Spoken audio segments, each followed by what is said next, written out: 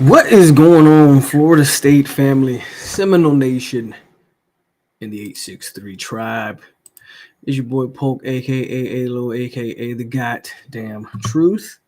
The transfer portal is heating up, and we're going to talk about it. You are on episode 112 of the Hangover, and I got to tell you, it does not feel like the holidays, at least not here in Central Texas, because it's not cold. Well, not that cold anyway. It's been cold and it warms up and it gets cold. I don't know. I don't know what's going on with the weather here. Very mild winter so far in Texas. But happy holidays, of course, Merry Christmas. We are on the verge of Christmas Eve and all that good stuff. And FSU continues to get some some presents here in the transfer portal. I mean, the portal class is really starting to take shape as far as I'm concerned. So today we're going to talk about, obviously, some new additions. The one everybody's, I mean, unless you're living under a rock by now, you know exactly who we're going to be talking about here tonight. Also, a potential pickup on the offensive line that FSU seems to be in good standing for.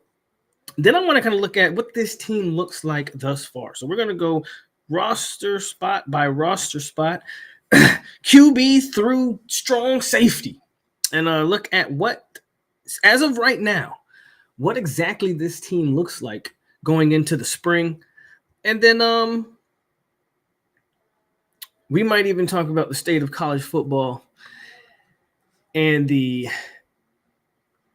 just diabolical agenda that is now existing in the college game, as everybody's favorite color commentator and football, the face of college football, he continues to spew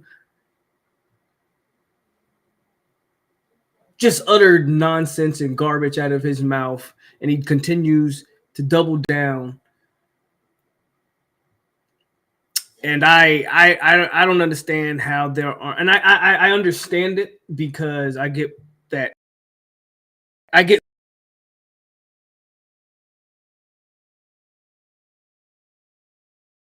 tech, but I would really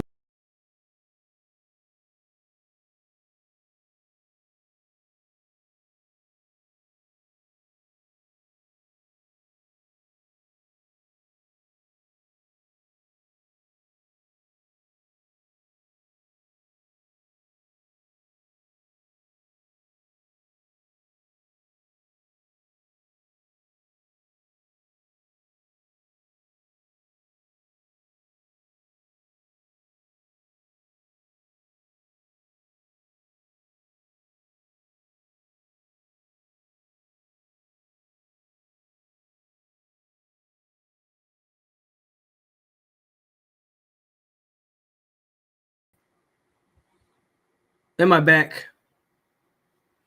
I think I'm back. I was gone. I don't know what happened. I think I'm back now. Somebody give me a thumbs up if you see me and can hear me again. I'd appreciate that. Stupid technology. Anyway.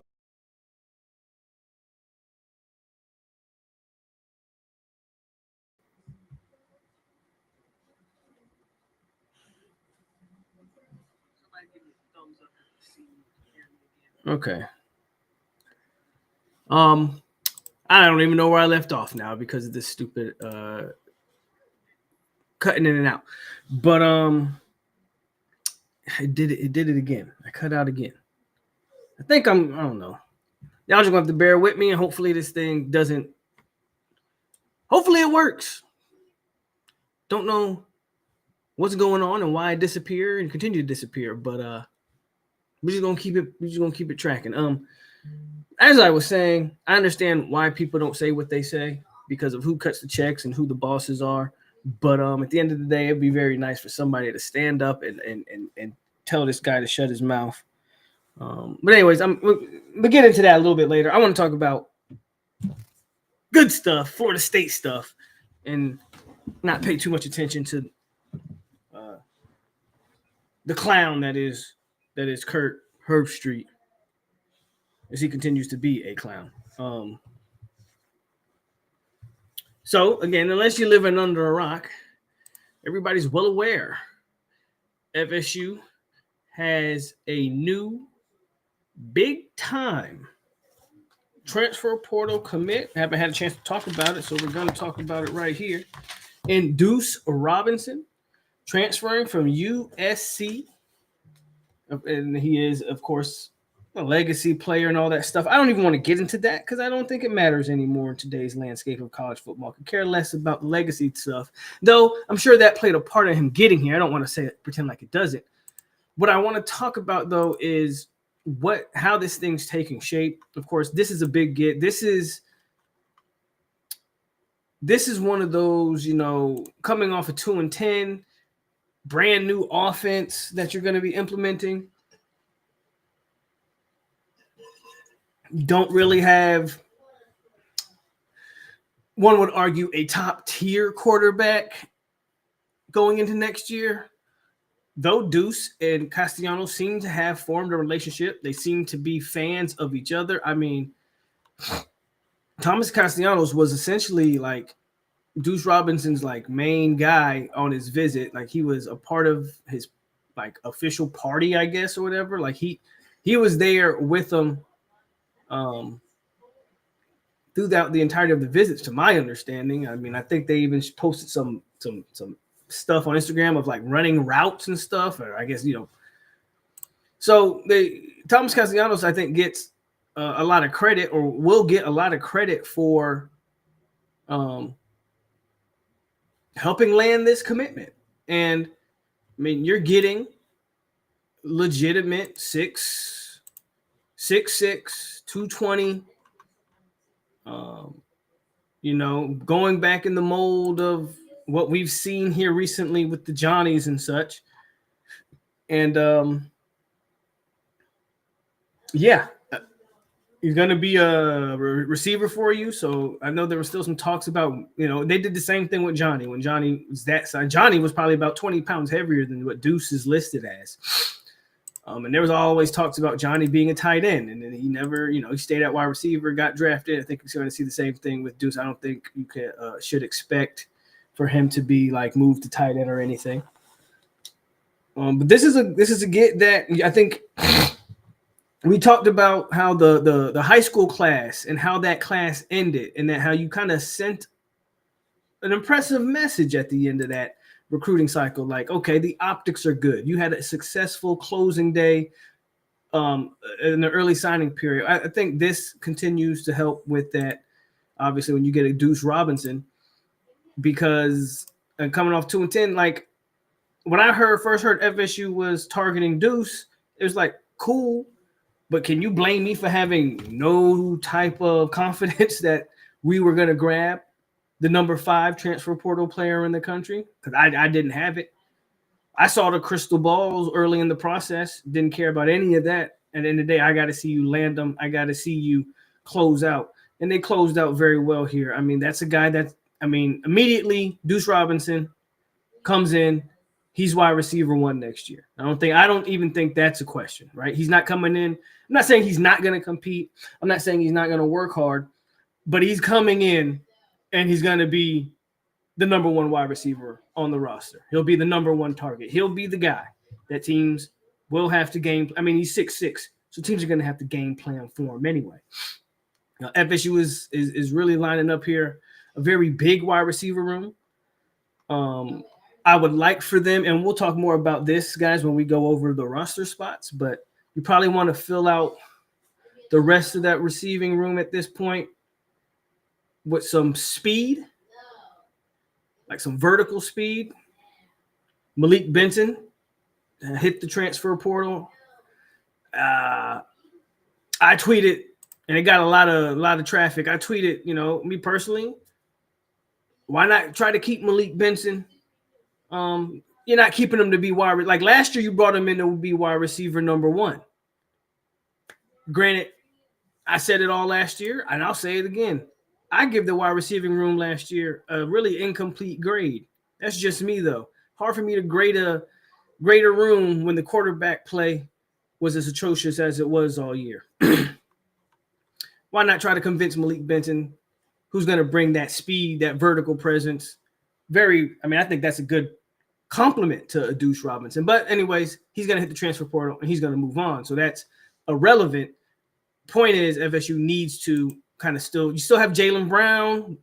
He hasn't hit the portal yet, so it looks like he's still here.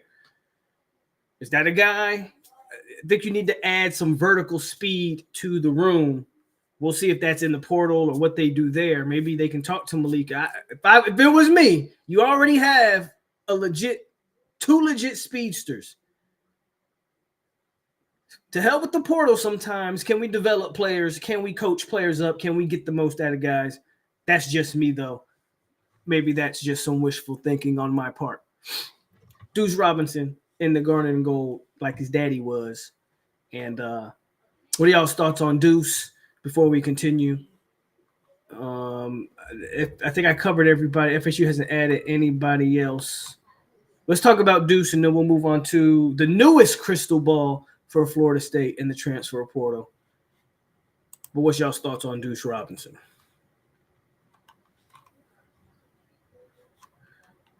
By the way, I didn't do like a roll call or anything, so shout out to everybody in the chat. Giuseppe, Vontae, Tony, Mr. Wolf, Stino, Briley, Tribal War, Terrell, Brandon, Prince, Zay, Almighty, all y'all in the building. Again, happy holidays, Merry Christmas to all y'all who kicking it with me. Y'all's thoughts on Deuce, man.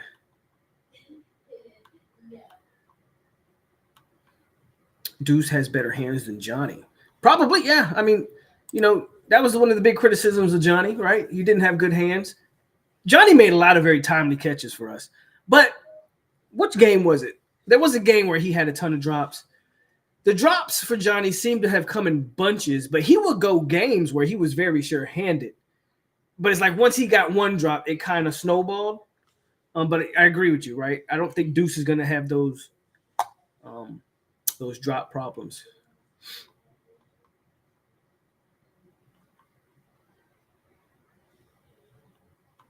Where do you think Hakeem will fit in? Surprise. I don't think Hakeem needs to hit the portal.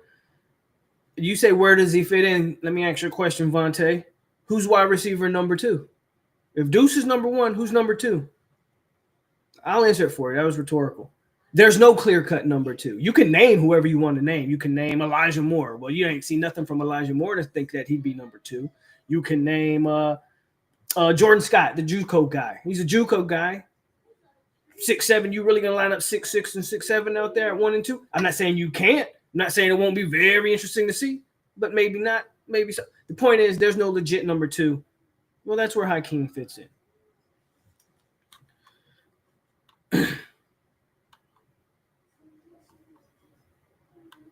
Yes, Amari.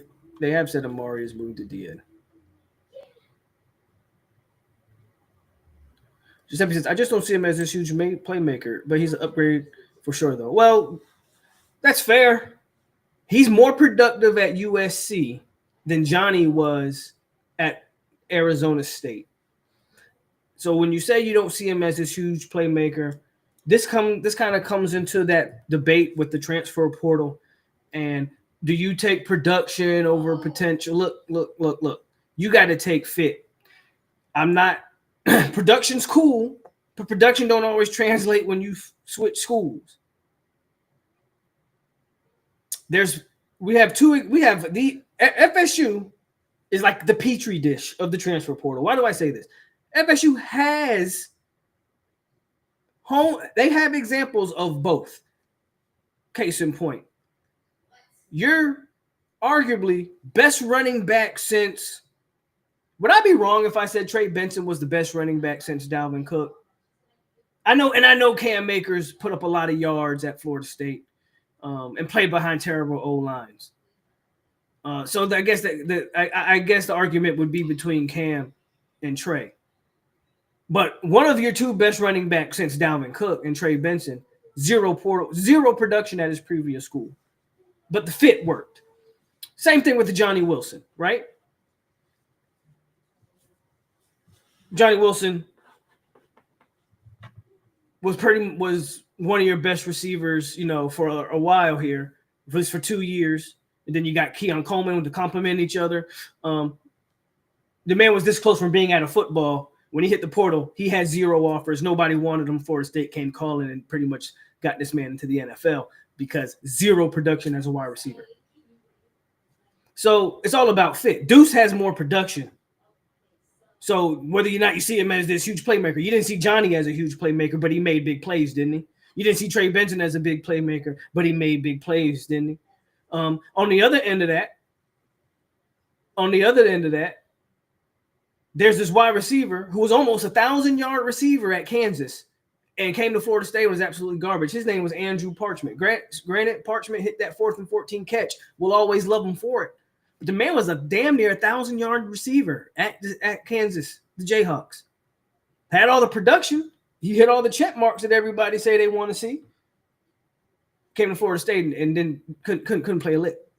So the point is, it ain't about production, and it ain't necessarily about potential.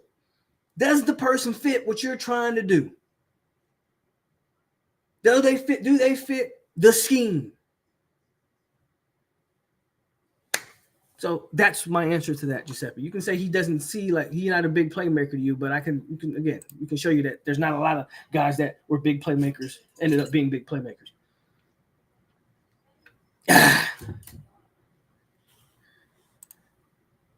Good stat, Tony.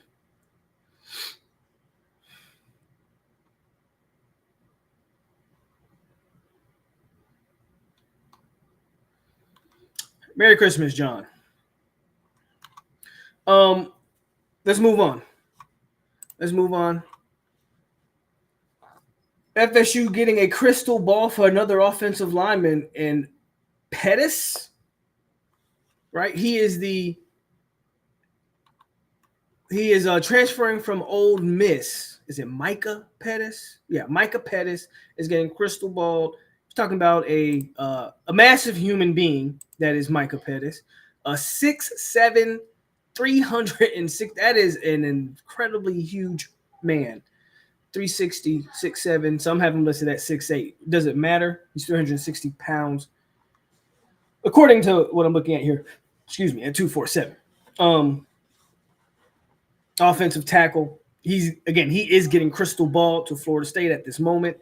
FSU had him on a 2-day visit this past weekend. So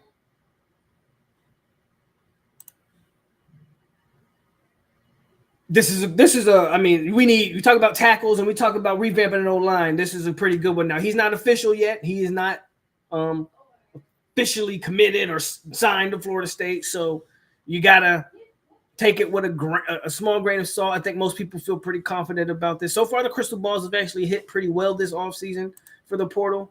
Most of the crystal balls I think that have came in from Florida State have actually hit, which is, that's a good thing. This is a guy that you compare with the other tackle you got from Vanderbilt and Gunnar Hansen, and all of a sudden, your tackles are pretty spot on, barring any injury. Again, we're going to go over the roster and the depth of some of these positions and what kind of needs to happen this offseason. But this is a huge pickup, obviously. We talk about size and length. 6'7", 6'8", 360 pounds. It's a massive human being. Gus Malzahn and Herb, they're going to run the ball, and they're looking at a power run game. And if you look at the players that they're taking in the transfer portal, along with the Adrian Medley, you're looking at guys that are going to be run blocking and blocking downhill and road graders, as they call them. Excuse me. Got to be excited for this one. Again, we got to hope that we land them. But again, I feel like this one's gonna this one's gonna play out fairly well.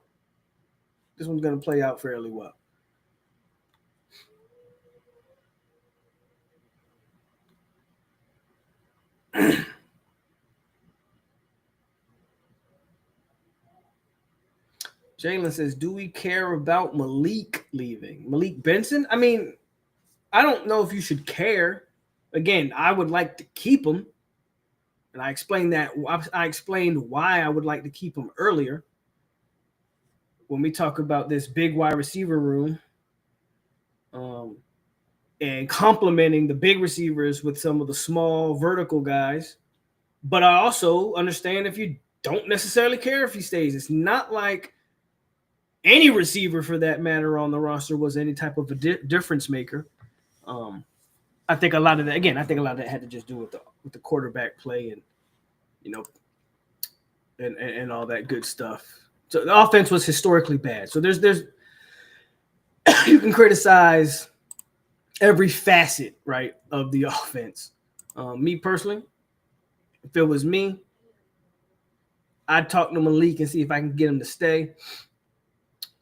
But they may not do that. So if you care, you care. If you don't, guess what? You don't. That's the way I look at it. Wouldn't call it a necessarily a massive loss or anything. But I do think it's a guy who can complement what you're trying to do on the side of the ball. So let's keep pushing. Hardhead says, my brother Coach Hand has an open wallet for offensive linemen. Well, it looks like it because they're recruiting them, or they're at least getting they look, for the most part, they're kind of getting the guys that he wants to get. So good for him. What bowl is FSU in? Well, we're not in the Pop-Tart Bowl, but congratulations. Your best team in 20 years is going to the Pop-Tart Bowl, Dennis. And that'll be the last time I entertain any of that foolishness. I don't care who leaves. We had 2 wins last year. Not only 2 wins, but nothing to really build on either. Got a few things to build on, but I get what you're saying. You had 2 wins. For sure. So that's kind of the 2 big portal talking points right now. Is FSU's class in the transfer portal really is looking like it's taking shape. I mean, when you look at it, you've been able to acquire guys on your offensive, on your defensive line. And we're going to talk about some of the positions that I think they still need to kind of pay some attention to in the portal going forward, if at all possible. Because there's definitely some guys that they gotta that they're gonna have to. There's definitely some positions that I think need some work. So we'll talk about that. So since we're going to talk about that, let's just get to it, man. Offense and defense. Like, let's talk about. Let's look at what this roster looks like, man. Let's look at what this roster looks like, player by player, position by position, so far, based on what we've got. And if I make mistakes, let me know. But let's look at what this roster looks like. So obviously, we'll start quarterback. Well, before we start that, I'll read some more comments. And then we'll start, man. We'll go position by position of how this roster might pan out here.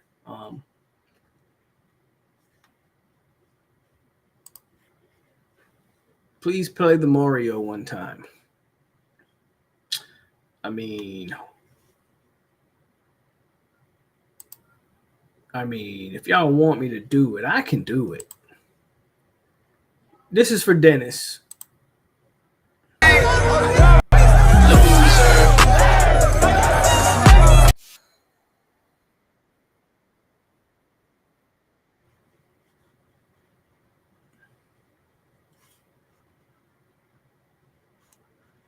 Okay.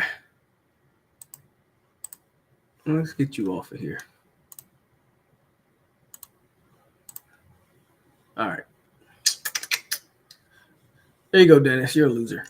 Well, your coach is a loser. Well, whole fan base. Anyway, I'm interested to see what this defense will look like, especially at corner. We're going to talk about it. We are going to talk about it. We add the tackle from Rice, put him and Pettis, put the Vandy guy at guard, UCF guard, the other guard, make Richie at center. That's pretty solid line. Well, we don't have anything with the Rice kid right now. Wait, didn't the Rice kid already commit to Ohio State? I think the kid that you're talking about from Rice already committed to Ohio State. Could be wrong about that, but I felt like I saw that kid already committed to Ohio State. So it means you're probably not getting him.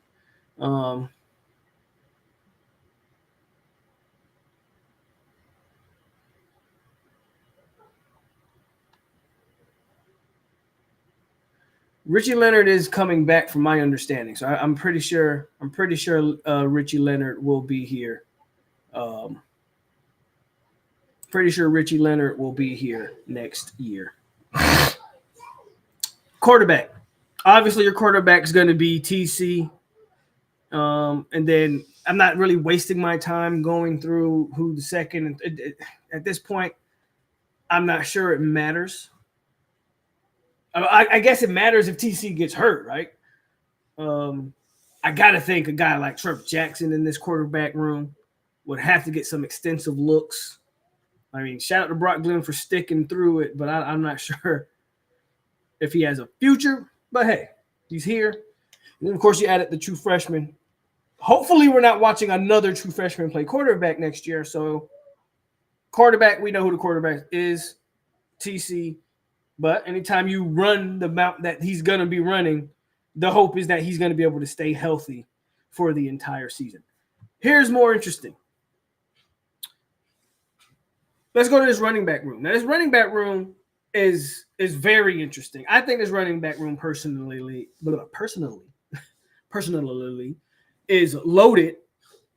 Roy Dell, as of right now, is coming back, from my understanding. From my understanding, Roy Dell Williams is coming back. Now, if that changes, I guess we'll find out. But from everything that I understand at this moment, there we go. Roy Dell Williams is coming back. Now, I know that's going to make some people unhappy. A lot of people don't want to hear that. They want Roy Dell gone. Listen, running backs, nothing wrong with depth at running back. By the way, I'm just going through the positions and the names. Just because I say a name one doesn't mean I think they're necessarily starting. I'm just going down the names. Not only is Roy Dell probably coming back, from my understanding, but Keziah Holmes has another year. He hasn't hit the portal yet. Hey, Keziah Holmes with Gus Malzahn, maybe Gus has talked to Keziah and say, hey, man, you were kind of underutilized. Keziah Holmes has some tools, has some ability. I'm here for it. Obviously, Cam Davis. Obviously, you got the freshman phenom in Chroma. Singleton has shown he's got the speed on kick return. This guy can make some things happen in the open field. Jalen Lucas is another guy that has another year of eligibility. Where does he – do they kind of move him to, like, I talked about – remember how I talked about the vertical threat at receiver? Is Jalen Lucas a guy that maybe is like Jalen Lucas and Danzy guys? Well, I kind of pair them together because of how they're probably like the two gadget back players in that backfield. Are those the guys are those the guys that you're moving out wide and moving in different ways to kind of, again, be your gadget players or however you want to categorize them? But they're the guys, with the speed. The running back room is extremely interesting to me. I don't know who your starters are. With the amount that I think that a lot of us think we're going to run, I don't even think – does it really matter who the starter is? Because I think a lot of guys are going to get a lot of carries, and I expect Gus Malzahn to feed the hot hand, unlike last year where you would have Lawrence Toafili break an 8-yard gain and for some diabolically insane reason wouldn't touch the ball for the next 3 or 4 plays and FSU's punting, right? I expect Gus to feed the hot hand here. So – That's again, man. What do you guys think about the running back room? I think you should be pretty intrigued by the running back room. Again, I know people don't like Roy Dell. I get it. Maybe injuries played a part in some of that stuff we saw last year. Again, maybe with a better offensive line and he's not getting hit as soon as he touched the ball. Maybe you just maybe he plays better. Keziah, maybe he has a higher usage rate. Cam should be a year better. I think Chroma's going to come in and be a factor. Not saying he's going to be the starter, but be a factor. And then Singleton is obviously another option there. And then you got the other two, Lucas and Danzy, that can maybe line up anywhere on the offensive side of the ball and fill some of that slot stuff, right, that we were talking about. So let's get some comments on the running back room, and then we'll hit the wide receivers up.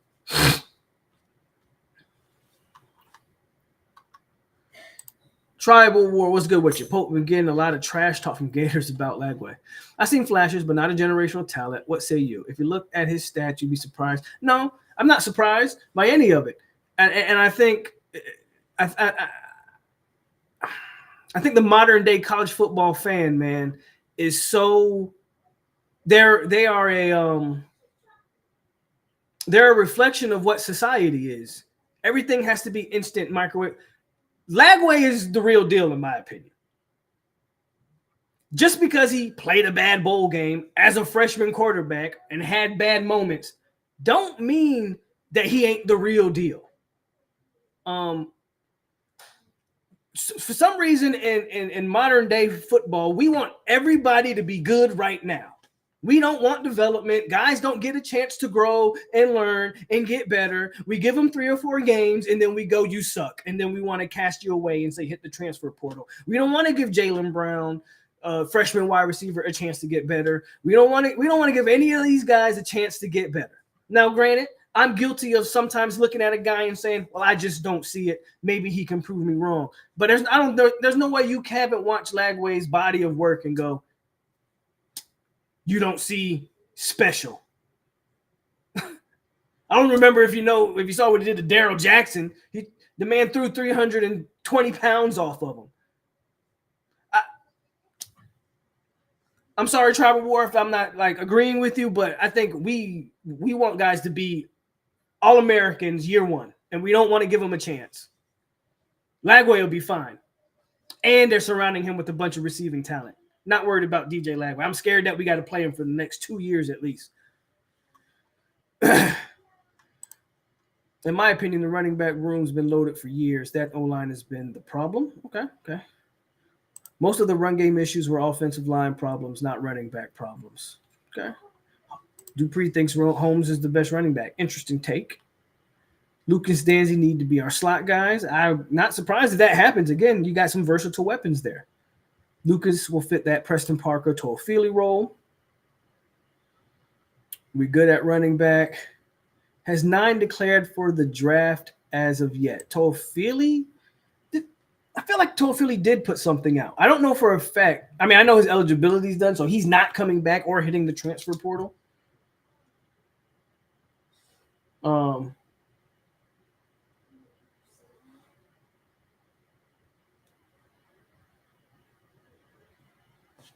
Sorry.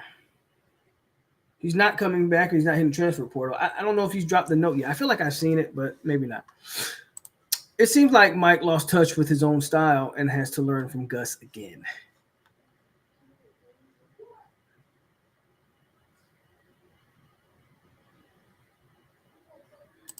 I think the running back room is an old school type of room. I feel it's a good thing. Okay.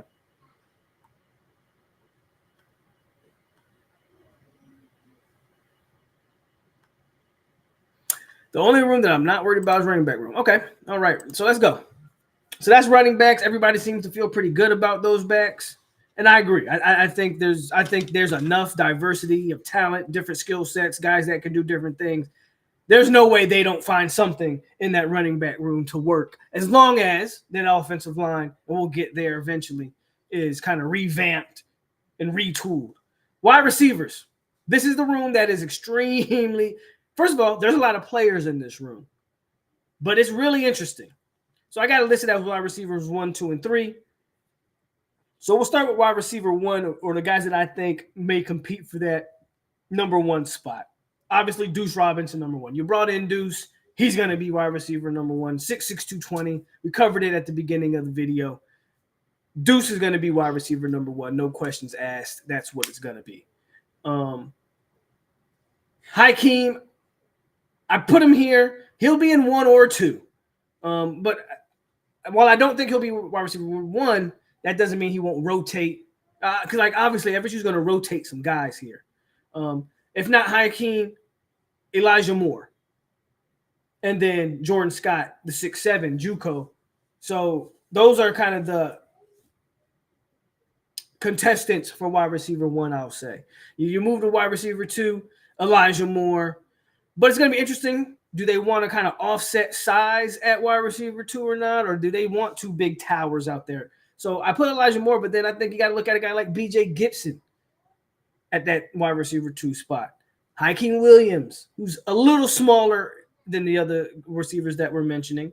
And then don't count out true freshman Javon Boggs. I think people are sleeping on that take. I mean, that guy's – I said it when we got him.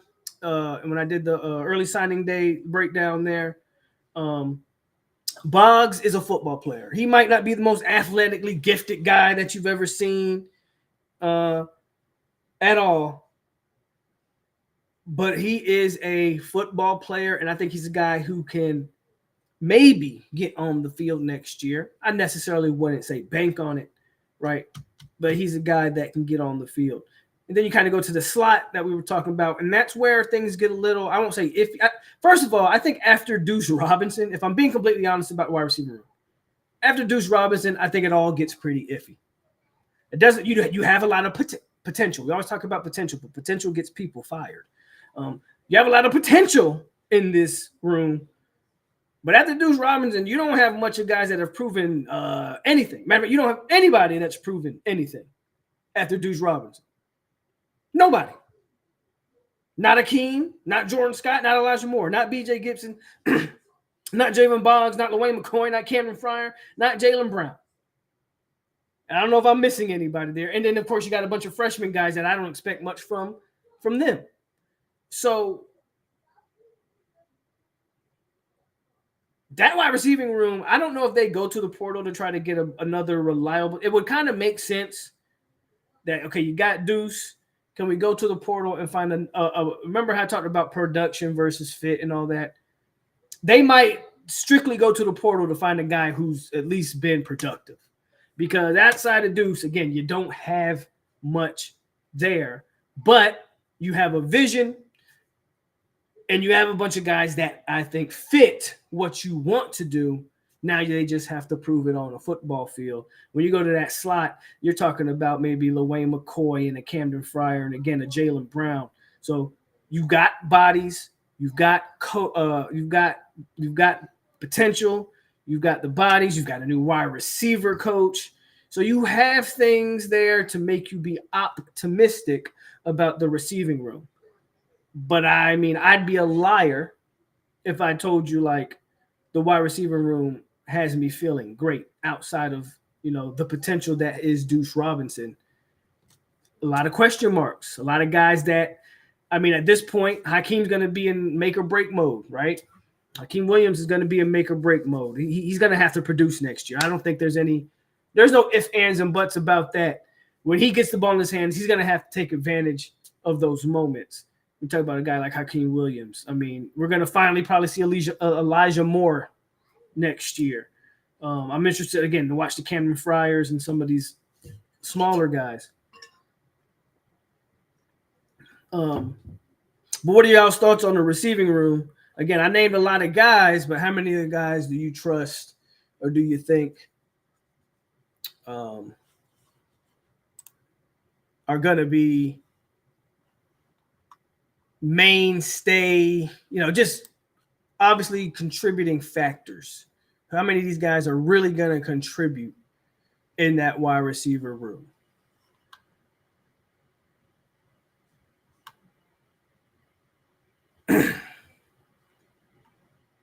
All right, let's see what y'all talking about in the chat.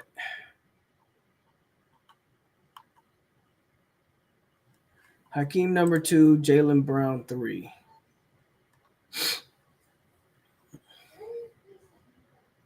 Wide receiver room is okay. A lot of names, but I don't know how much skill is. I think there's skill there, Joe. I just don't know.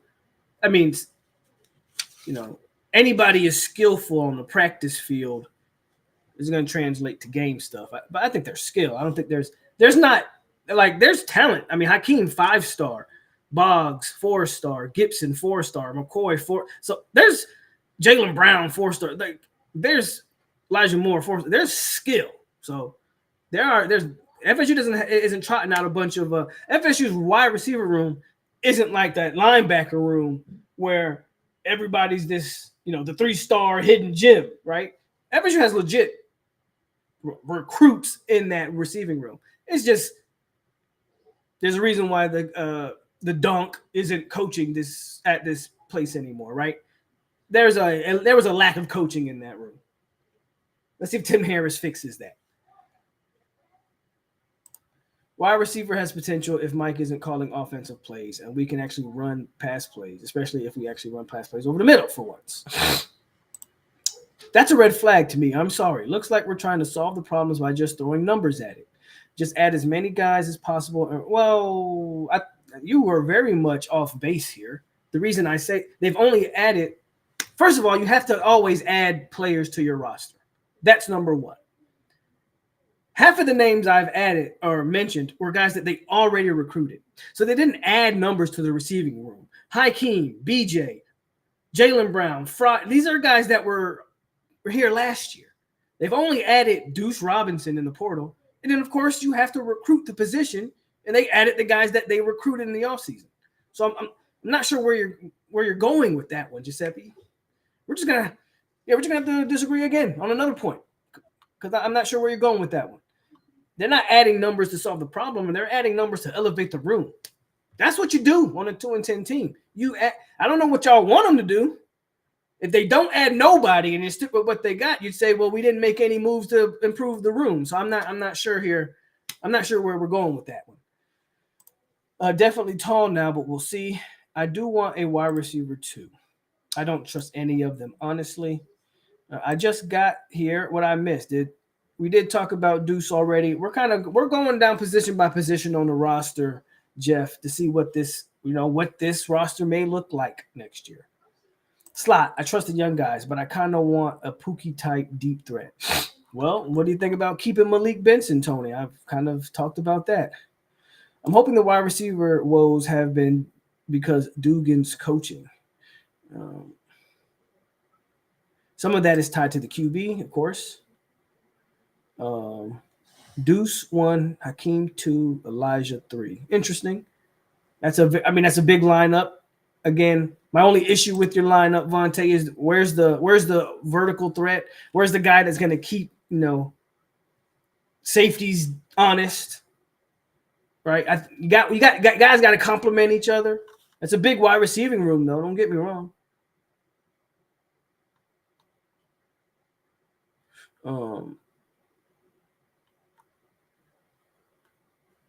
Very important. Agreed. Very important offseason for Hakeem. So that's the wide receiver room. You know what? We can kind of lump the tight ends in with that because I think tight ends are going to be very interesting in this offense, of course, right? And then, of course, tight end room is Landon Thomas, Randy Pittman, Biscuit, and Lofton. That's your tight end room. That's what that is. And I'm not so sure you're going to need to see Lofton this year, but Landon Thomas and Randy Pittman, I think that's a great – I talk about complementing each other. I think those two complement each other.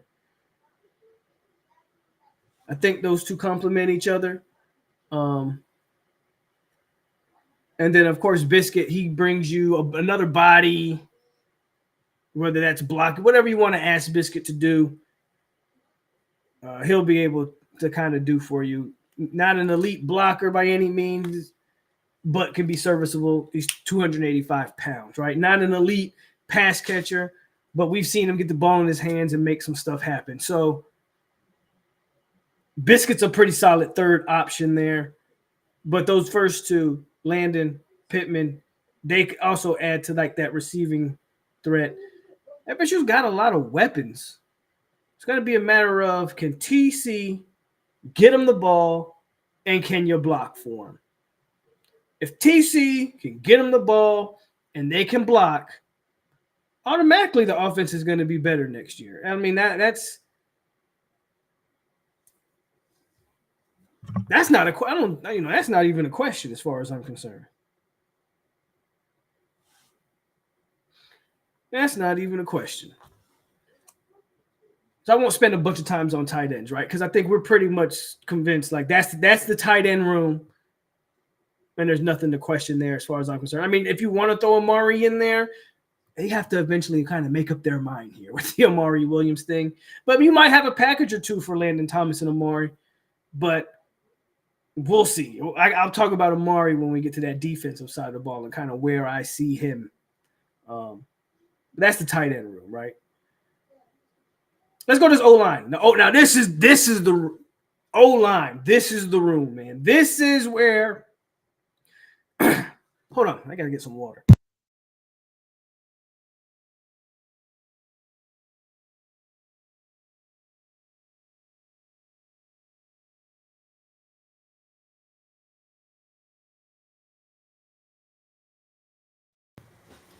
Sorry, had to call my assistant. Anyway, this is the room that O-line room is the room.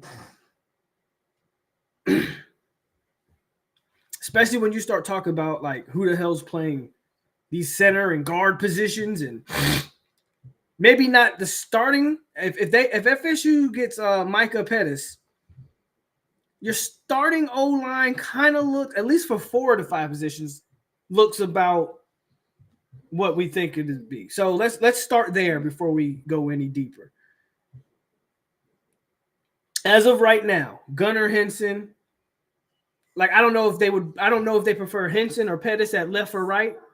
We're just gonna go left to right. Again, this doesn't mean that Henson's gonna be the left tackle. Maybe it'd be Pettis. I don't know. And also you gotta FSU hasn't landed Pettis yet, but apparently it looks promising. Point is, I'm just gonna go left to right. Doesn't mean thank you.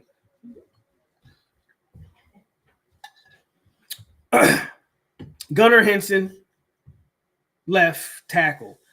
Adrian Medley, left guard. Center, I got it blank because I don't have a clue. Right guard, I think it's going to be Richie Leonard. I think Richie's going to come back and be the right guard. And then right tackle, I'm putting Pettis as of right now. If you don't land Pettis, that's a big question mark. Who's playing right tackle? I'm going to be I'm under the assumption that they land Micah Pettis here. I have no clue. My guess is, as of right now, Jacob Rizzi would have to be the guy you're looking at to play center. It would have to be, wouldn't it? He played some center at Harvard, right? So he's played the position before. I think FSU initially brought him in to play center, or at least, once again, compete with Maurice Williams. So I got to think that's the guy that they would kind of put their marble, like all the eggs in, or maybe not all the eggs, because if it's not Richie or Rizzi, I'm sorry. If it's not Jacob Rizzi, I'm not so sure who the center is. So I see people saying no. Well, I don't think Early's going to be a starter, Joe, but we'll talk about Early. But I don't think Early's going to be a starter, especially at tackle. Especially if Early won't be playing. We just talked about all offseason how we don't have any real tackles on the team, and you're talking about playing Early at tackle. That's crazy. Early needs to be moved inside. And then move Richie to center. Like that was something I said when FSU initially got Richie Leonard last year. That's what I said. I said they should probably look at playing Richie Leonard at center. So is it possible to play? So you play Richie Leonard at center, then maybe you move Jalen Early to right guard. Okay. Or maybe Jacob Rizzi plays guard. I would have Richie Leonard and Jacob Rizzi compete for that center spot. Early's better than Henson. Based on what? PFF grade?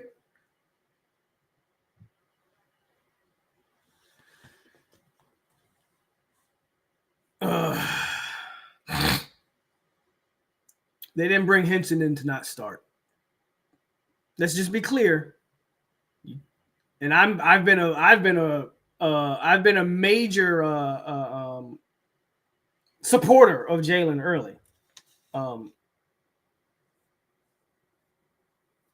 but he's not starting over Gunnar Henson. He's not starting on this offensive line. And I quite frankly don't know how you could have watched the O-line last year, even if you thought Jalen Early played quality snaps. Every snap wasn't quality. I have no idea how you can watch that O-line and use your fingers to type Early is better than a Gunnar Henson or anybody that they brought in for that matter. Absolutely diabolical. Let's continue. So Rizzy, maybe Leonard, center, guard combination there. Oh, you also got a guy like Jaden Todd. Is that a guy that they maybe try at center? He's a true freshman, so maybe that's a guy that they, work with. You got Jonathan Daniels. I don't think he's a center. I think he could be an elite guard. I've heard talks of him being a tackle. I don't want to see Jonathan Daniels at tackle. Then also you got Otto, right? You also got Otto, who is the guy. Again, those are the starters. These other guys, I don't foresee as being starters. Like if we go down the depth chart, you got obviously Lucas Simmons, you got Manasseh, you got Otto, you got Todd, you got Early, you got Jonathan Daniels. That's kind of all you've got. And I don't want to see any. I think Manasseh, I think Lucas, I think Daniels, I think even maybe Otto. Todd, haven't seen much of him, so we got to wait and see. I think these guys have potential. I think these guys have a chance to be great or good at least. I do not want to see them playing next year. Like we watched Andre Otto. We watched him. Did he play okay for a first time like redshirt freshman or whatever he was? Sure. We also watched this man get manhandled multiple times. He just needs time. Again, the offensive line has to be retooled. You cannot, and this is why I'm so like I can't believe the Jalen Early thing even came up. And again, I like Jalen Early. Hell, for the most part, he was your highest graded offensive lineman. He played well for the most part, but he also had very glaring whiffs, and so you cannot watch that O-line and sit here and go,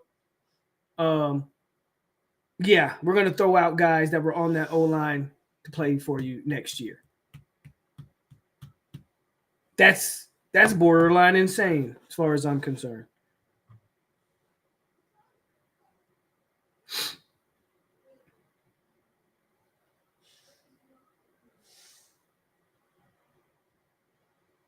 That's borderline insane. But that's the offense. That's kind of the O-line there. And again, I don't think anybody that FSU recruited from high school as far as the offensive line will even be in the mix here. So, and maybe FSU even tries to go out there and get them another interior or just another O-lineman, period. I know they were trying to get the Rice kid, but he committed to Ohio State. Maybe there's another target out there that they can go out there and acquire on the O-line. They might not be done on the O-line. Again, from looking at it, they probably should try to add another guy. Because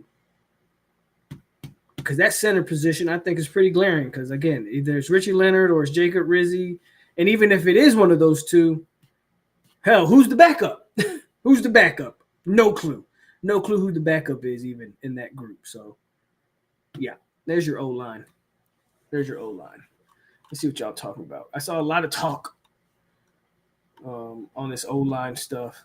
Gunnar, Medley, Rizzi, Richie, and Pettis. Early, Simmons, and Otto off the bench. If Simmons is ready, sure. I'm one of the people. I'm not so sure Simmons is ready to play, guys.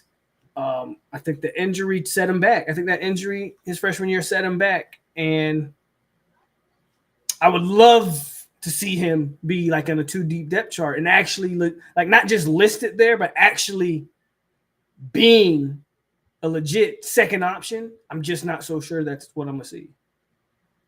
I'm just not so sure.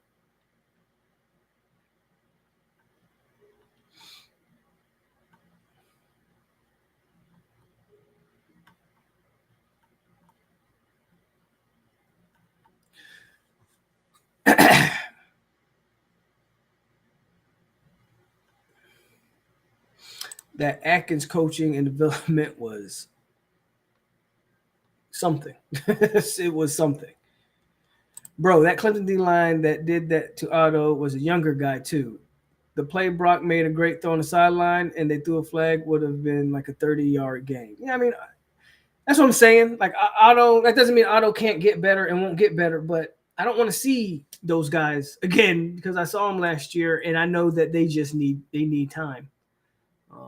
They don't need. That's why you need to go out there and get guys right now, guys that have played at a high level and guys that will continue to play for you right now.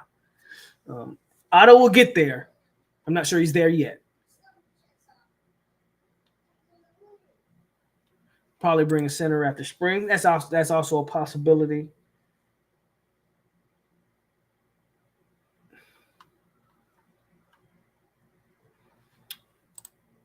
So let's move to the defense. So that's what your offensive line. Just a quick recap. Kind of again, these aren't necessarily the starters, but kind of just what your offense looks like, man. Your offense, obviously, TC, running back room, kind of a loaded room. Roydell, Keziah, Cam, Chroma, Singleton, Lucas, Danzy, all guys that can be used in different ways. A big wide receiver room. Deuce Robinson is the only guy that kind of stands out here. A lot of question marks after Deuce Robinson. Hell, Landon Thomas and Randy Pittman might be outside of running back. That might be your most kind of sure thing on the offensive side of the ball. And then we already went over the old line and how I think all 3 transfers that they've brought in, they've brought in 2 so far. We expect a third one in Pettis. All 3 of those guys will start for you. The question is going to be center. It may be one of those guard spots. How does that work out? Defense. Let's go to defense. Now, this is where it gets a little interesting too.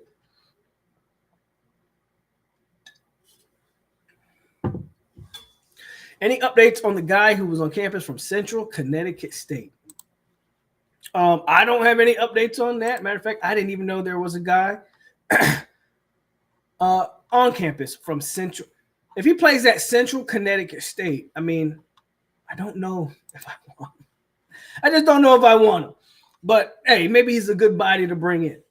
Shout out to Central Connecticut State. I didn't even know you were a school. I'm not sure I want an O-line from Central Connecticut State. But anyway, defense. Left end, nose guard, right end. Let's start on that defensive line. So the defensive line, and it's because FSU's made some. I don't know if people have realized how big a deal like getting Kevin Wynn was. I don't know if we understand how big a deal getting James Williams was and Kevin Wynn and even the McCray kid, to be quite honest with you. And I kind of want them to get at least one more guy on the defensive line. But when I wrote this down, I'm not mad at my defensive line from guys that fit the position perspective. So let's do it. Let's just go left to right again. This is just left to right. Doesn't mean that the guy on the left won't play to right, whatever the case may be. James Williams, Darrell Jackson, getting Darrell back is a big deal. And then McCray. I think that's your starting. But then you go to, I think, let's start with left end, right? Let's just start there. James Williams. And then I kind of struggled. This is the only place I struggled because if you're playing James there, then I'm got to question what exactly are you looking for at that position? Well, the only other guy that fits that body type at that position is D.D. Holmes. FSU's going to have to really again, we're talking about development. We're talking about hitting the ground running. Coach Knighton's going to have to get with D.D. Holmes. If he should be with him right now, they need to figure out what that is. Because that's not it. Then that second transfer portal window in the spring, they're gonna have to go find a guy. They need to be evaluating and training and figuring out what D.D. Holmes is at the moment I speak. Right now, they should be talking, watching tape together, whatever, weight room. Figure out what D.D. Holmes is. He has the physical makeup to be a contributor on this defensive line. Can he actually play football? No clue. Haven't seen it. And then you also got a freshman who I think he has that size coming out of high school, and Tylen Lee. Now, I don't know if he's an early enrollee or not, but if you want to talk about, a couple defensive linemen, freshmen, true freshmen that can – we talk about Lee, we'll talk about Wyndham in a minute. Those are maybe two guys that I think could be a contributors for you as true freshmen, not on a consistent basis, but as a rotational piece. I think Tylen Lee can get in there. The X factor on this defensive line in a lot of ways, at least at the two end spots, is going to be D.D. Holmes. It's 100% going to be D.D. Holmes. They got to figure out what they're doing there with D.D. Holmes. Is that a player or is that not a player? Then you go to nose guard. Obviously, Darrell Jackson, Kevin Wynn, Denaz White. Those are the three, I think, that fit the mold of a true nose guard. And then you probably can move Darrell Jackson around if you want, if need be. Because when I go to right end, if you got a 280, 85-pound guy in McCray, well, Daniel Lyons obviously can fit that role. Like, I'm not even sure McCray – I think McCray starts, but I think Daniel Lyons can give him a legit run for his money. I think Daniel Lyons can give him a legit run at one of those end spots. Some of these guys can be moved around. You still got guys like KJ Sampson. Where does he fit? Jamori Flagg. So when I look at the defensive line, as it stands right now, I feel good about these names. James, Darrell, McCray, Lyons. Those are the names I feel good about. James and Sampson. I'm just more interested to see where Sampson kind of fits. Very interested to see where Sampson, like, do they see Sampson as a nose guard, maybe playing, a 3-tech or something like that. So I'm interested to see what they want to do with him. But Williams, Jackson, McCray, Lyons, Sampson, those are the names that I'm pretty confident on. I want to say Wynn, but at the end of the day, he's always a true freshman. You never know what you're going to get there. Do I think Wynn's going to be a player? I do. And I think he's going to be a player sooner than later, but I also got to understand that that's a freshman. And sometimes guys don't hit, right? Sometimes they just don't hit. And then D.D. Holmes. D.D. Holmes is the wild card here. D.D. Holmes is a wild card.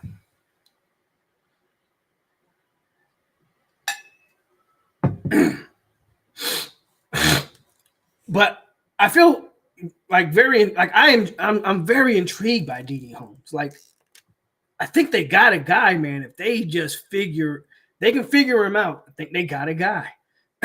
I love the size of Tylen Lee. I think that's a guy who, if he's got his head on right, which I hear a lot of good things about him, and that's another guy. Obviously, Kevin Wynn. That's a big body, athletic defensive end. FSU hasn't had one of them in a while.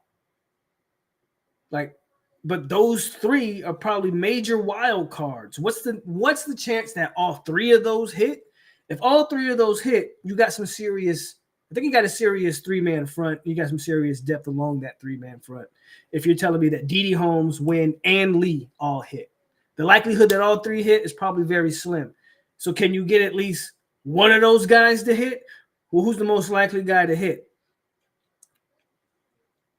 Maybe Wynn is the most likely guy to hit. The best case scenario is obviously all three. I think the most realistic scenario is two of those three that I just named. Wynn, just because he's that guy, And then D.D. Holmes, because he's been in college a year, you should be able to get something out of D.D. Holmes. So what do y'all guys think on that defensive line thus far?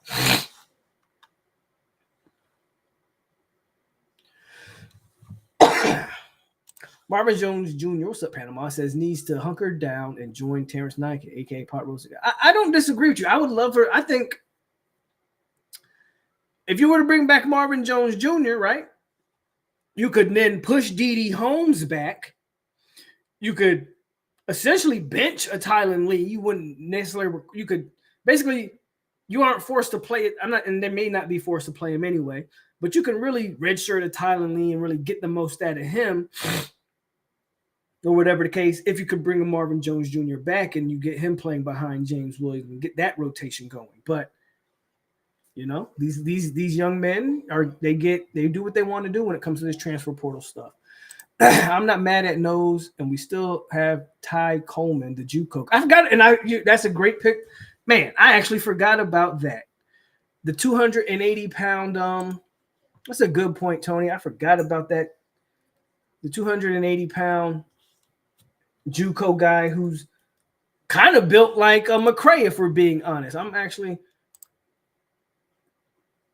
man, that's a good point. So, yeah, maybe the Coleman guy. I want to go to that because I actually forgot all about him.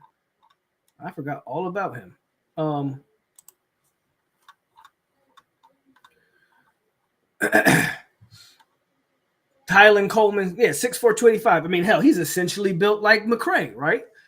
So, again, that sort of shows the vision of what those ends are going to look like. So you got Coleman, McCray, Lyons, yeah, for sure. That's a good point. Whether you say I'm not very high on him, but he's a body, and right, whether you're very high on him or not, you did bring him in. He does physically fit what you're trying to do from the aesthetic standpoint. Again, he's built like a McCray. Is he a player? Well, I guess we'll find out. But he's a body that fits the system. And again, I think that 3-man front, it's got some stuff there. It's got some ingredients. It's got some depth. Going away from a 4-man front almost seems critical because y'all know how much I wasn't did not love the depth to last year's defensive line. I would argue that it's worse this year. But moving to that 3-man front actually helps the depth quite a lot. And now you're kind of deep at all positions. If Holmes and Denaz develop and contribute, that would be huge. Denaz is another one, man. I mean, you talk about a big body in the middle that can stuff and clog the middle. Yeah, for sure. Per my source,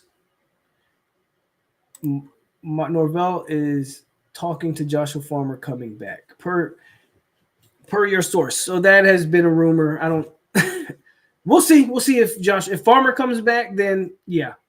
Then I have zero issues on the defensive line at that point. I think if Farmer comes back, you probably push McCray. You would probably push McCray back. And you play Daryl Jackson besides Joshua Farmer again. So we'll see. You got the Twins, Viper. I wouldn't expect much from them true freshman year. They recruit a lot of they close pretty well. They close pretty well, but I don't think the Twins are really gonna contribute in year one.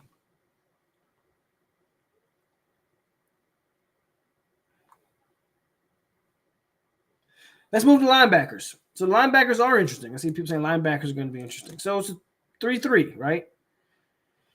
So how I divvied this up in my brain, one of these linebackers is obviously going to be a rush end or a rush linebacker, basically a standing up rusher. And that's where we'll start. I got to believe that they moved him back. I think Amari Williams will play. First of all, when you look at the roster, I struggle to see who would be that guy. Now, there's a chance, and this is where this 3-man front and this 3 linebacking three backers kind of converge. Obviously, there's a chance that you take James Williams, you move him to this third linebacker or this rush end, and you throw Daniel Lyons. Maybe you go for a bigger 3-man front with Darrell Jackson and like McCray and Lyons, or Kevin Wynn in the middle, Jackson at one end. So it's definitely possible, right? You go with a bigger front. You stand James Williams up. I think you'll see a lot of stuff like that. Well, I expect James Williams to get stood up a pretty decent amount of time. But I also think Amari Williams will be in this mold where he will be asked to stand up and rush the passer. That's the only thing that makes sense to me when you talk about bringing Amari Williams over to that side of the ball. And he missed a year of defensive end development. So he's not a true DN, but I think he's a guy who's athletic enough that they want him that they definitely want him to rush the passer. That's where I see Amari fitting. You still have Aaron Hester on the roster. If you're going to use him, that's how you're going to use him, as a guy who's going to rush off the edge in the same manner. Outside of those two, and again, them standing up at James Williams, I don't see too many guys. You let Lamont Green go. Marvin Jones Jr., as of right now, is gone. You let Pat go. Like, I could have seen Pat in this role, but Pat decided to go to LSU. I don't see a lot of guys on the roster that fit this build other than the two guys, Amari Williams and Aaron Hester. And then, of course, I do think we'll see James Williams stand up a pretty decent amount of time.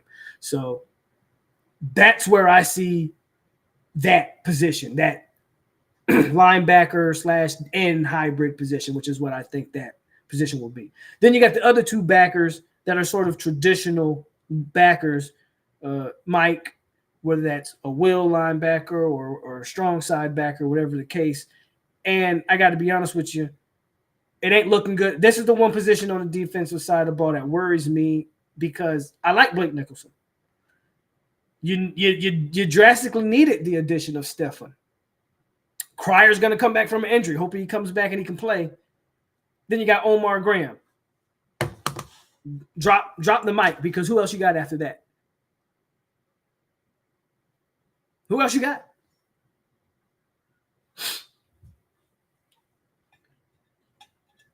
Now you can say, well, you're only playing two backers, so you don't necessarily need a lot of depth. Bro, I don't know, man. Right now you got 4 backers. You got 4 legit backers. Murphy's gone. Marco, now there are some other guys there. Like, I think Jaden Parrish is still on the roster. You do have some other guys.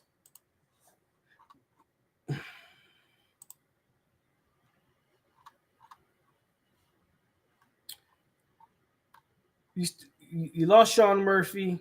You lost DeMarco Ward.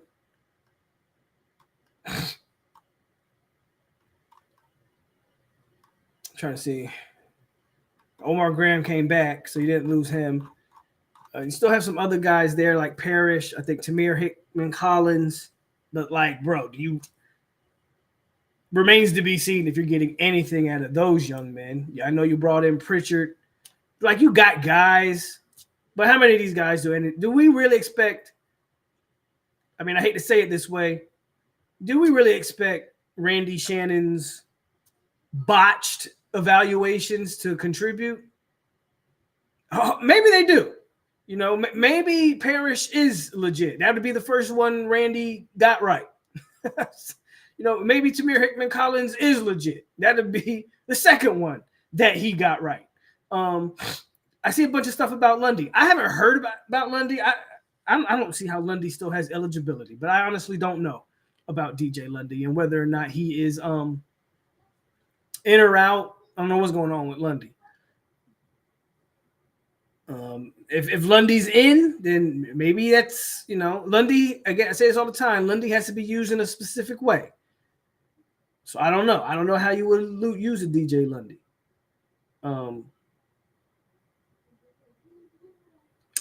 As of December 23rd, 2024, I only see four legit linebackers that you could probably put on the field and be confident in. to some degree, and that's Blake Nicholson, Stephen Cryer, and Omar Graham. When you start talking about the Hickman Collins and the Jaden Parishes, like, okay, cool. Not so sure. And then you talk about hoping that a Lundy comes back. Like, I would be cool with Lundy moving on. Whatever. Don't quite care about that. I think they're gonna have to go. They're gonna have to, and I don't know what's available right now in that transfer portal as far as linebackers are concerned.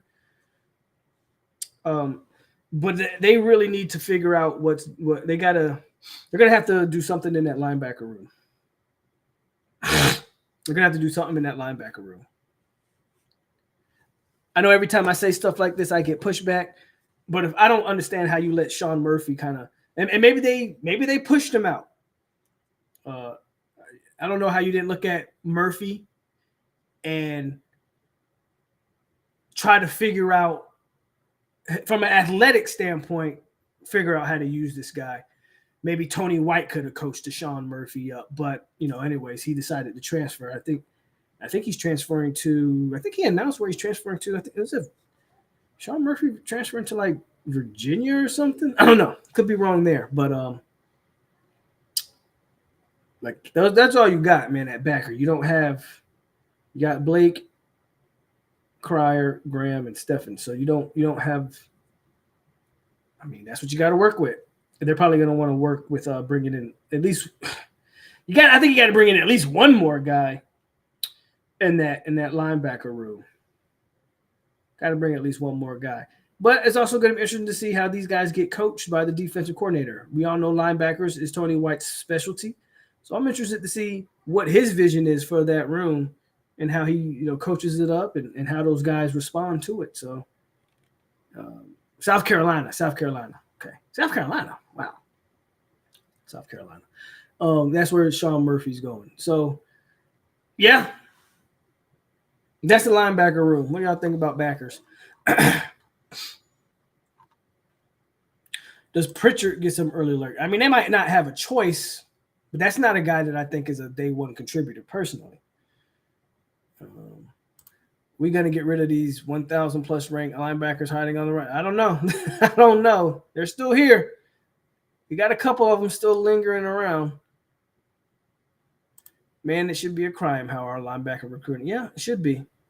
I'm not that impressed with Blake. I hear he's always around the ball, but seems like he gets there after the play's been made. That would be a big year for him, in my opinion. Sorry if it's been asked. Has the Bowl kid signed? Yes, he went to Michigan.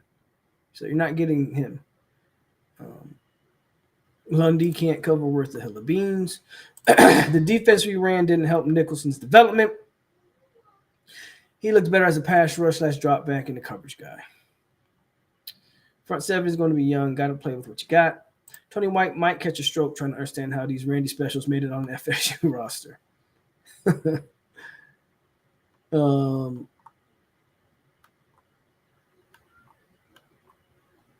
The word on Murphy is he was soft, didn't look for contact.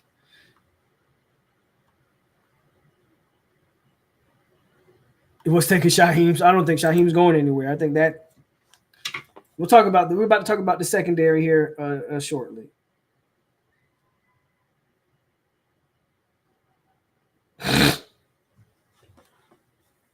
One more linebacker in the box safety will make it happy. Shaheem has a bright future at Enterprise. Go to DB's linebackers got me depressed. Yeah, I mean, it is what it is, right? Not having productive linebackers, but Tony White's got to figure it out. I mean, I think that's why Mike hired who he hired, because that Tony White's got to figure out the backer room. I mean, we've been talking about the backer room for a while. I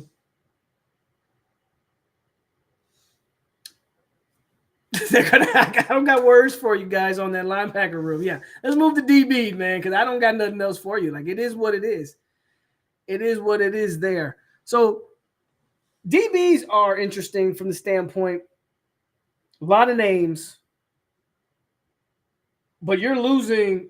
I don't know if Cypress has declared for the draft, but again, and I say this with a grain of salt because every time I think a guy's out of eligibility, he magically has another year in college. Like college is full of guys my age now. College is full of a bunch of 30-year-olds.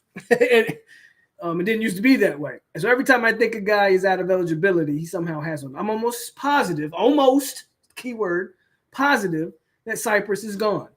Obviously, AZ has declared for the draft. Your starting corners are up for it's up for grabs. I mean, here's just some of the names. Again, these aren't the guys I think they're going to start. But at cornerback one, I mean, Q has to get the first look. He played plenty of snaps last year. That's Quindarius Jones. Then you got to get big-time recruit Charles Lester. Didn't play a lot last year, but you got Charles Lester. You got Kai Bates. You got Rawls. You got Howard. And then I'll throw true freshman Thomas out there because you're probably – I mean, there's a good chance. I think there's a good chance that Arnaud and Thomas, your two freshman DBs. You also got Max Redmond. I don't know if Max Redmond plays this year. Though when we talk about that safety room, Max Redmond may get a look or two. Thomas and Arnaud may very well get a chance to shine here.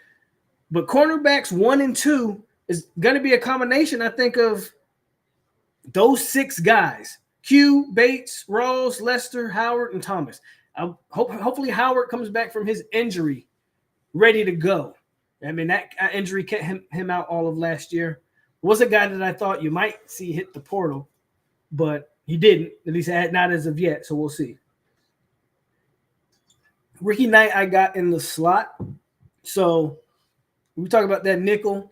Obviously, Edwin. Edwin might be the guy that everybody's looking forward to the most in this secondary is Edwin Joseph. Like, he's the guy that I think that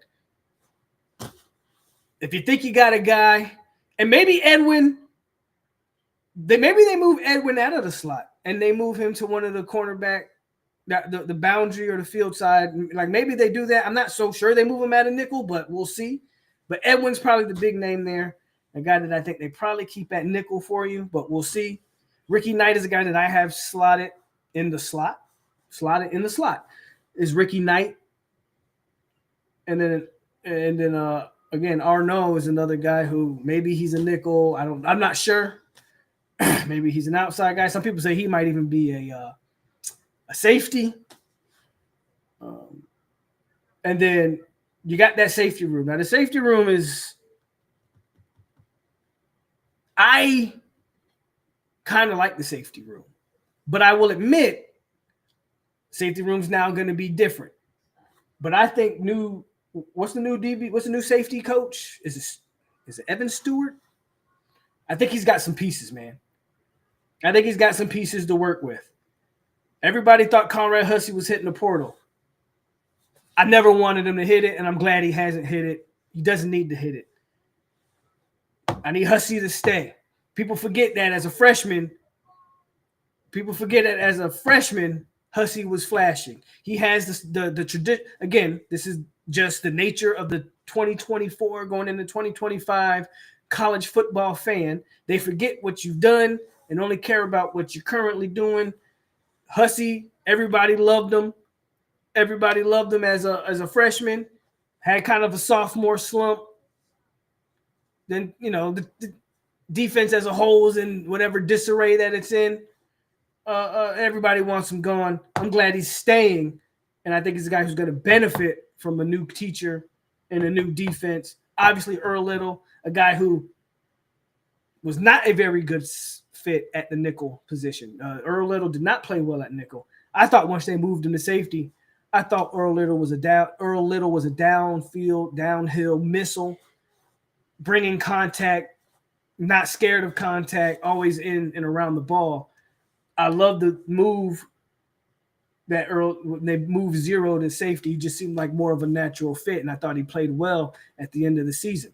Kirkland, in my opinion, as a redshirt freshman, again, you're seeing how young the safety room was. Kirkland had his moments. He had some bad moments, but Kirkland was another guy who was always downhill, attacking. And as a redshirt freshman, this was a guy that wasn't scared to make plays, right? And in my opinion, was never out of position. He might just have missed on a play, but was in position to make them. That stuff's going to come with age and development. Barker's an interesting guy, kind of played it a little better by the end of the year. He's got the physical traits. He's probably the biggest safety you got in your roster as far as length, as like a 6'2", 6'3" safety, 200 plus. Interesting to see what happens with him and how that his growth continues. And Shaheem Brown's still on the roster. There's a reason I named him last, because as far as I'm concerned, I wouldn't be mind if Shaheem moved along. But we'll see, man. Shaheem is a guy who he has had great moments, but those great moments, Shaheem, everybody gives Patrick Payton a lot of shit, and deservedly so to some degree. And everybody, oh, Patrick Payton, man, you were only good because of who you played alongside. And there's some truth to that. Pat definitely benefited from playing alongside Fisk and Verse. But we're not going to pretend like Shaheem didn't benefit from playing alongside Akeem Dent and in the same backfield as Ronaldo Green, right? And even the Jerry and Jones. Like, when Shaheem turned into the man, he disappeared. when Shaheem turned into the guy that everybody was calling on to actually help call the defense, things that Hakeem Dent was like when he was asked to do that, Shaheem fell off the map, right? Shaheem fell off the map. So, yeah, I want to give Shaheem a chance because we have seen him play well, but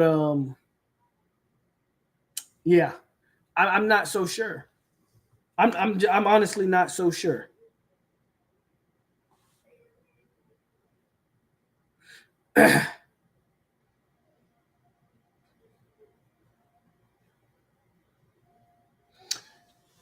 What do y'all think? I mean, that's the rock. I mean, we pretty much went again. We did position by position, name by name.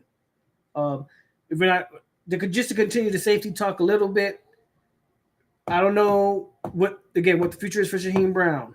I'm not sure if Barker is a legit guy there. Again, he's had some moments. Do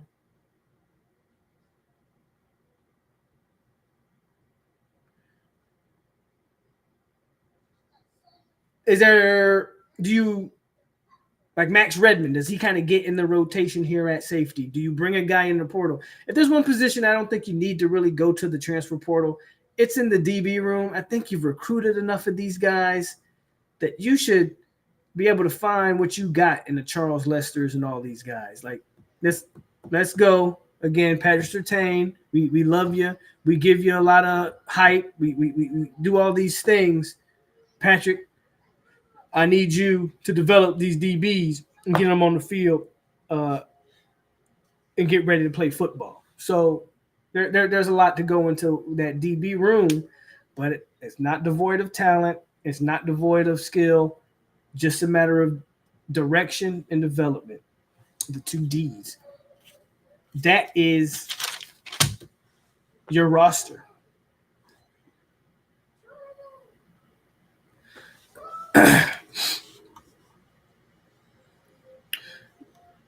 We didn't realize how important Dent was. Shaheem could hit the portal. Shaheem needs to go, bro, ASAP. How do you feel about all this hype coming in? I mean, that's good for the offensive side of the ball. Definitely good. I think it helps your 5'9" quarterback for sure. And a guy that may not be the most accurate passer may not have to be the most accurate passer. Just get the ball in the vicinity, right? Anyone who watched RD last year when Dent was injured knew just how important he was. Yeah, I agree.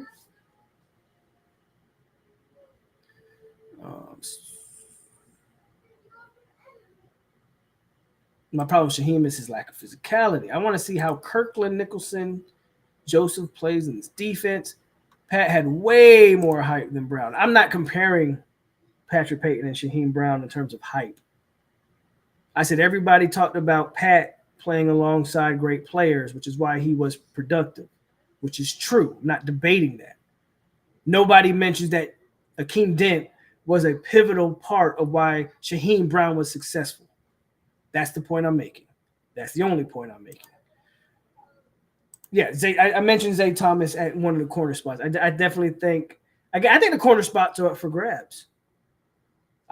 I'm not sold on Q. I'm not sold on Quindarius Jones. Had some moments. He also had some moments, not too good moments, if you go back and watch some of Quindarius Jones. I can't be sold on Charles Lester because I ain't seen it. I can't be sold off of Jamari Howard, who's come off an injury.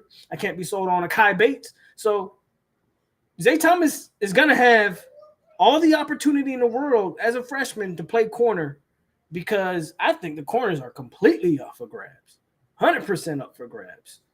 I'm damn sure not sold on Rawls. You feel me? I agree with Antoine. I'm not so sure Rawls is even an FSU caliber player. I said that when they recruited him. You talk about, Surtain didn't recruit Rawls, by the way, but Rawls was ranked 600 player in the Rawls was a lower. He was a Pensacola guy, if I'm not mistaken. So that he was a take. But I'm sorry. I've kind of always been on that same.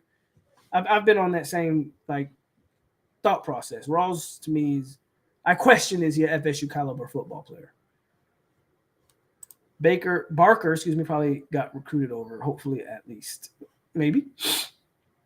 Yeah, Rawls is still on the team. Sometimes these kids' blessings are right there in front of them. Pat could have benefited greatly from this defense. I think so. Too, Panama. But hey, you want to go to LSU, so go to LSU and do your thing.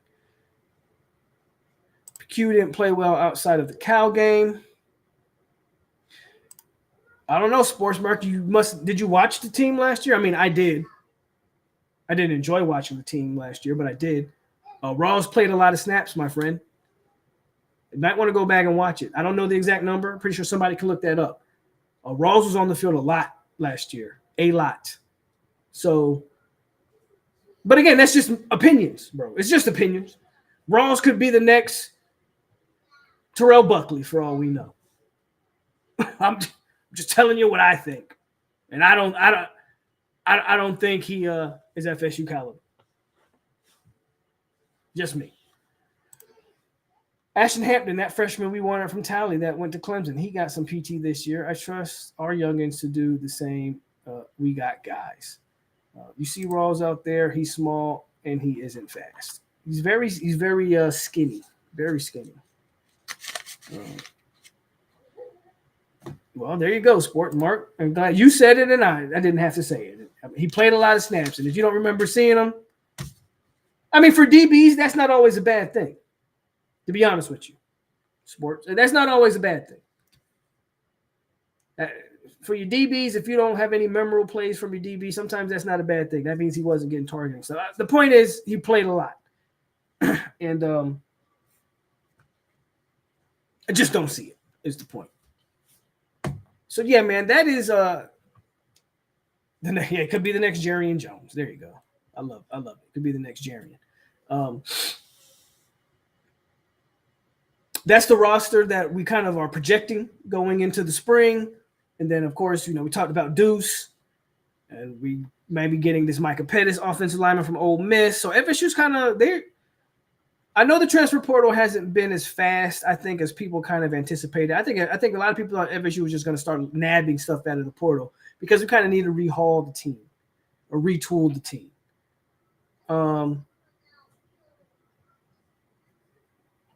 But I said it even before the addition of Deuce Robinson on the last stream I did when someone asked me about the portal and how I feel. And I said, for the most part, I like what Florida State has done in the portal for the most part thus far. I think they've added the right additions. Now is going to be just filling out more so the depth piece of it. So you got Deuce, which is huge. You're going to get Pettis, which is literally huge. So now a lot of stuff is starting to shape. I still think you probably need another backer. Not probably. I think you do need another backer. And a guy not just like a project guy, you probably need a guy who can actually play at linebacker. I don't know if that guy's even in the portal right now, but you should be looking at a backer in the transfer portal right now to bring in here. As far as defensive side of the ball goes, maybe a safety, though I just said I don't know if they need to add any portal guys in that DB room. You got enough players. Let's get something out of some of these guys. I think your D-line for the most part is solid. And some people may or may not agree with that, but I see a lot of potential in the D-line room. So I'm excited for that D-line. The backers have me, especially depending on like how we're used. I really want to see this defense and how it's being used. I guess I could go to watch Nebraska, but I'm not sure we'll be doing the same things. So the front 7 or 6 or however we're adding that up is going to be very interesting. Offensively, I think the strength of this team is I think offensively, outside of the center position, because I don't know who the hell is playing center. I got to be honest with you. And I'm still iffy on quarterback, but I can see the vision. I understand what they want to do with him. I understand he fits what they want to do. So I'm not completely like, I get it. But that running back room has me pretty excited. Now, O-line, I think, is shaping up with the additions in the portal pretty nicely. I'm looking at a power run game. I'm looking at tight ends kind of flourishing in that system. I'm looking at big targets on the outside. I can see the vision on offense for sure. I can see the vision there. So, hey, we're still early in the process. We still got a whole winter and spring to go. But if we're talking about 9, 10, trying to compete for another playoff spot next year, hey man, this is where the rubber meets the road, and this right here is where they're gonna have to figure it out. And as of right now, I think they're doing an okay job. Like, I'm not gonna sit here and tell you that they're, we got the best transfer portal class in the country, because I don't believe that. But for what it's worth, they're hitting needs. They're hitting specific needs. And I believe they're hitting guys that fit the system. I don't care about production. I don't care about potential. I mean, I do care about potential and production, but you get guys that fit what you're trying to do. You get guys that fit what you're trying to do, we've seen it be successful. When you only get guys off of potential or only get guys off of production, we've seen it fail. Last year, that's what you did. You went and got a bunch of guys off of potential. Sean Murphy has potential. TJ Ferguson has potential. Earl Little even though I think Earl Little kind of found his potential. But all these guys that you brought in, a lot of these Bama guys, has this potential, but did they fit what you were trying to do?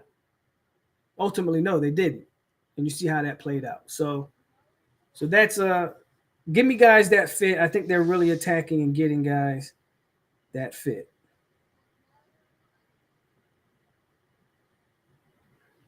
Hold on a second. And I am going to close on this. This is what I'll close on because it deserves just a little bit of my attention, and then we'll get up out of here. Because every day that goes by, this dude continues to talk, and he continues to sound like an idiot. And we're sort of reaching this dangerous point now. I don't know. We're reaching a dangerous point because college football fans in general are very gullible. They will follow the trend. They will do as they're told. I mean, you look at SEC fan. Like, the fact that there's even such thing as an SEC fan to me is mind-boggling. When I was growing up, there wasn't SEC fans. There wasn't ACC fans. You didn't root for your conference rival teams. But now you do. Now Lane Kiffin gets on Twitter and he hoots and hollers for SEC, but then goes dead quiet when Tennessee gets monkey stomped. What's happening here? There's a dangerous message that's being sent. I talked about it when they did it to us. When they did it to us, everybody said, stop crying, play the bowl game. The committee got it right. Jordan Travis was a legit reason to keep you out of it. That's what they did. They did it last year. The wins didn't matter last year, as we found out. And Kurt Herbstreit continued. Yeah, I'm talking about Kurt damn Herbstreit. He continues to ride the wave. He continues to push that agenda. He continues to push that dogma. That college football dogma is what he continues to push. That wins no longer. He's literally saying wins don't get caught up in wins don't matter. Don't pick the most deserving teams. Pick the best teams. Well, gosh darn it. Try not to curse. How the hell do you pick the most? How do you determine who the best team is if it's not by who wins on the football field?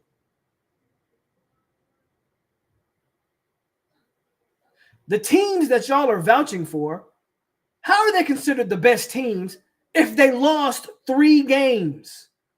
Whether that's Bama, South Carolina, or Ole Miss. Pick one. Pick all 3. It doesn't matter. What are we talking about? Oh, they won 11 games, but are they the best or are they the most deserving? Last time I checked, you prove it on a football field. Just because you think a team is better, if they lost X amount of games and the other team lost X amount of games and their losses are less than this loss, like what? I mean, the math isn't hard to comprehend, but for some reason he's continued to push this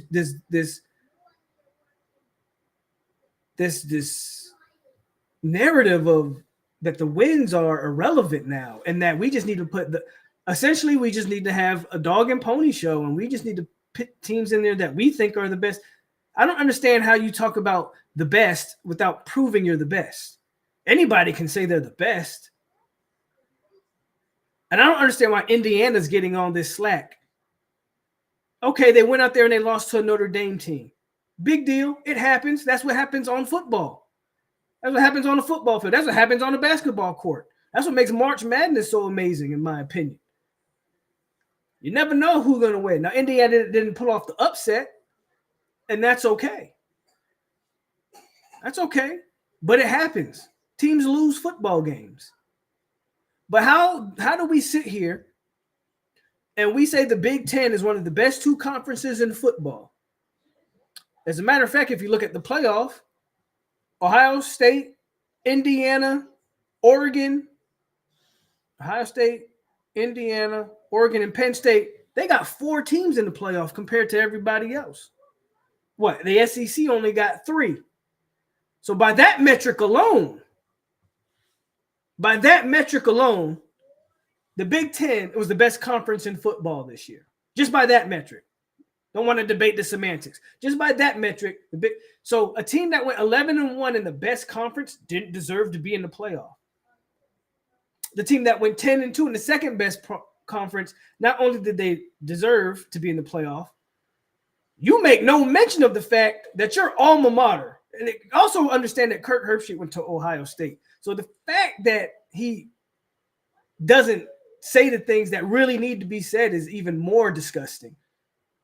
Your alma mater pulled Tennessee's pants down on live TV and embarrassed them. And you had nothing to say about it. As a matter of fact, nobody's has had nothing to say about it. Indiana played Ohio State better than Tennessee played Ohio State. But we continue to talk about 11-1 Indiana didn't belong because because Kurt Herbstreit said he stood on the field and said they just don't look the part. I don't know what kind of petition needs to be started. That man needs to get off of TV. And the only way I can tell you to do it is by not watching it. But I get it. We're going to watch it because it's something to talk about and it's entertaining at the end of the day. But he's pushing a dangerous message that one of the famous quotes of all time, one of the famous sound bites of all time is Herm Edwards saying you play to win the game.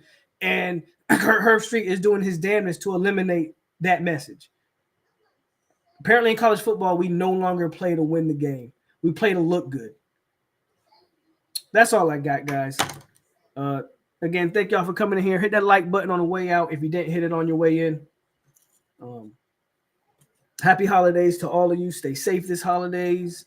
Merry Christmas. It's your boy POLK over here on 863 Seminole TV. Stay classy, Seminoles. Winning matters. Winning matters. As long as I'm doing this, winning will matter. Winning football games matter. We are out here